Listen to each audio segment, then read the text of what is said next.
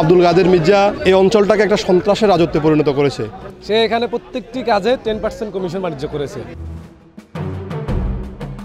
তার 3বার ইলেকশন, সে ভোট ডাকাতি করে মেয়র হয়েছেন। মানে ওর অত্যাচারে কেউ এলাকা পুরো শূন্য ছিল।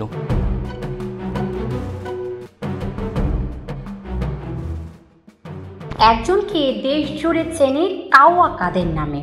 সন্ত্রাস ও উল্টাপাল্টা কাজে আরেক ভাইয়ের নামের পাশে তকমা জোটে পাগলা মির্জা। 5 আগস্টের পর এই দুই ভাইয়ের পৈতৃক বাড়ি জ্বালিয়ে দেয় ক্ষুব্ধ জনতা। লোকজন এখন তাদের বলছে নোয়াখালীর কলঙ্ক। চলুন দেখে আসি বসিরহাটের সেই বাড়ি এখন কেমন আছে, তাদের নিয়ে কি বলছে মানুষ। গাড়ি থেকে নামতেই শান্ত সুশীতল পরিবেশ। পুকুরের এক বাড়ির কোণে সাদা রঙের 3 তলা মসজিদ, তার পাশে পুকুর ঘাট, সেখানে চৌচালা শেডের নিচে বসার জায়গা, তারপর হলুদ রঙের কাচারি ঘর। বাংলার সম্পূর্ণ গেরস্থ বাড়ির বহিরাঙ্গনের চিরায়ত চিত্র। কিন্তু এই সুন্দরের পিছনে দেশের সবচেয়ে ঘৃণিত দুই ভাইয়ের বাড়ি, ওবায়দুল কাদের আর তার ভাই কাদের মির্জার পৈতৃক বাড়ি এটি।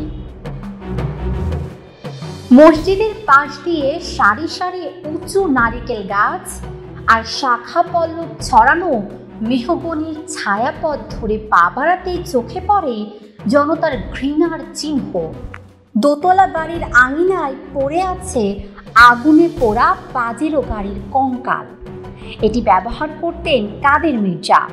বাড়ির ভেতরের দিকে একটি ঘরের পেছনে রাখা প্রাইভেট কারটিরও একই দশা, যেটি মাঝে মাঝে বের করতেন কাদের মির্জার ছেলে তাশরিক। আশেপাশে নজর ঘোরালে দৃশ্যপটে আসে ভাঙচুর, লুটপাট আর আগুনের ক্ষত নিয়ে দাঁড়ানো এক একটি ঘর। যুদ্ধ বিধ্বস্ত কোনো বাড়ি যেন। চারপাশে পড়ে আছে ধ্বংসস্তূপ, পোড়া লোহার ফটক, পোড়া কাঠ, কয়লা হয়ে যাওয়া দরজা, ভেঙে পড়া টিনের চাল, পোড়া দেয়াল, ভাঙা কোমর, কত কি। ওবায়দুল কাদেরের বাবার নামে গড়া পাঠাগারও ধ্বংস হয় জনতার ক্ষোভের আগুনে।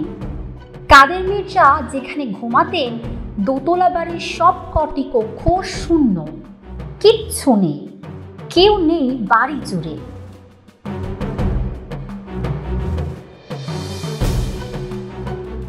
বাড়ির লোকজন কোথায় গেছে কেউ জানে না। 5 আগস্ট অভ্যুত্থানের পর দুপুরে লুটপাট হয় সব, এমনকি দরজা জানালাও। কি পরিমাণ ঘৃণা আর ক্ষোভ জমা হলে মানুষ এমন ধ্বংসযজ্ঞ চালাতে পারে বোঝা গেল স্থানীয় মানুষের কথায়। কুখ্যাত সন্ত্রাসী আব্দুল কাদের মির্জা এই অঞ্চলটাকে একটা সন্ত্রাসের রাজত্বে পরিণত করেছে। এখানে তার বাহিনীর হাতে নির্যাতনের শিকার হয় নাই এরকম লোকের পাওয়া একেবারে দুরূহ বিষয়। এই আব্দুল কাদের মির্জার নেতৃত্বে এখানে সমস্ত চাঁদাবাজি, টেন্ডারবাজি থেকে শুরু করে গুম, খুন, রাহাজানি, হত্যা সব কিছু হয়েছে, টেন্ডারবাজি সব কিছু হয়েছে। আওয়ামী লীগের 3 বারের সাধারণ সম্পাদক ও সাবেক সেতুমন্ত্রী ওবায়দুল কাদেরকে নোয়াখালীর কলঙ্ক বলছেন তার নির্বাচনী এলাকা নোয়াখালী 5 কোম্পানিগঞ্জ কবিরহাট আসনের মানুষ। তারা বলছেন দেশের সব অন্যায় অবিচারের মাস্টারমাইন্ড এই ওবায়দুল কাদের। সেটা কোনো নির্বাচিত নয়, সেটা হলো জোর জবরদস্তিমূলকভাবে তার 3বার ইলেকশন, সে ভোট ডাকাতি করে মেয়র হয়েছেন। মানে ওর অত্যাচারে কেউ এলাকা পুরো শূন্য ছিল। আমরা খুব অত্যাচারী হয়েছি। আর কাদের মির্জাকে বলা হয় কোম্পানিগঞ্জ বসুরহাটের সন্ত্রাসী। পৌরসভার সাবেক চেয়ারম্যানের আরেক নাম মিস্টার 10%। সরকারি সব কাজে তাকে দিতে হয় এই ভাগ। ওবায়দুল কাদেরের স্ত্রী ইশরাতুন নেসার বিরুদ্ধেও আছে কমিশন বাণিজ্যের অভিযোগ। তিনিও নেন 10% করে। প্রত্যেকটি উন্নয়ন থেকে সে বাণিজ্যে রূপান্তরিত করেছে। বিশেষ করে তার পার্সোনাল বাণিজ্য, সে এখানে প্রত্যেকটি কাজে 10% কমিশন বাণিজ্য করেছে। এবং এলাকায় খুব একটা আসতেন না ওবায়দুল কাদের। তার হয়ে ছোট ভাই কাদের মির্জা নিয়ন্ত্রণ করেন সবকিছু।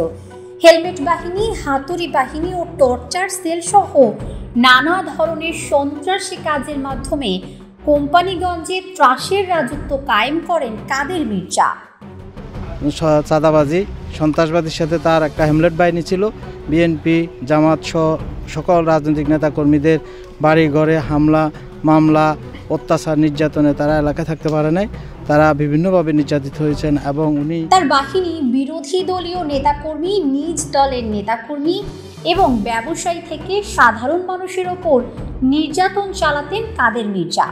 তার নির্যাতন থেকে বাঁচতে দেশ ছাড়ে অনেক নেতাকর্মী। যত বিএনপি কর্মী থেকে শুরু করে নেতৃত্ব পর্যায়ে যত লোক আছে, একজন বিএনপির সদস্য এই মির্জা এবং মোহনদের হাতে থেকে রেহাই পায়নি। জনরোষে বিধ্বস্ত বাড়িটিতে চলছে সংস্কার কাজ, কিন্তু কারা করছে এই সংস্কার খুঁজে পাওয়া যায়নি কাউকেই। স্থানীয় মানুষও বলতে পারছে না কিছু।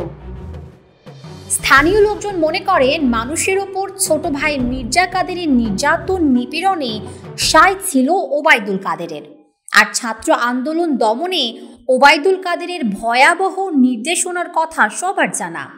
দুই ভাইকে গ্রেফতার করে বিচারের আওতায় আনার দাবি জনতার।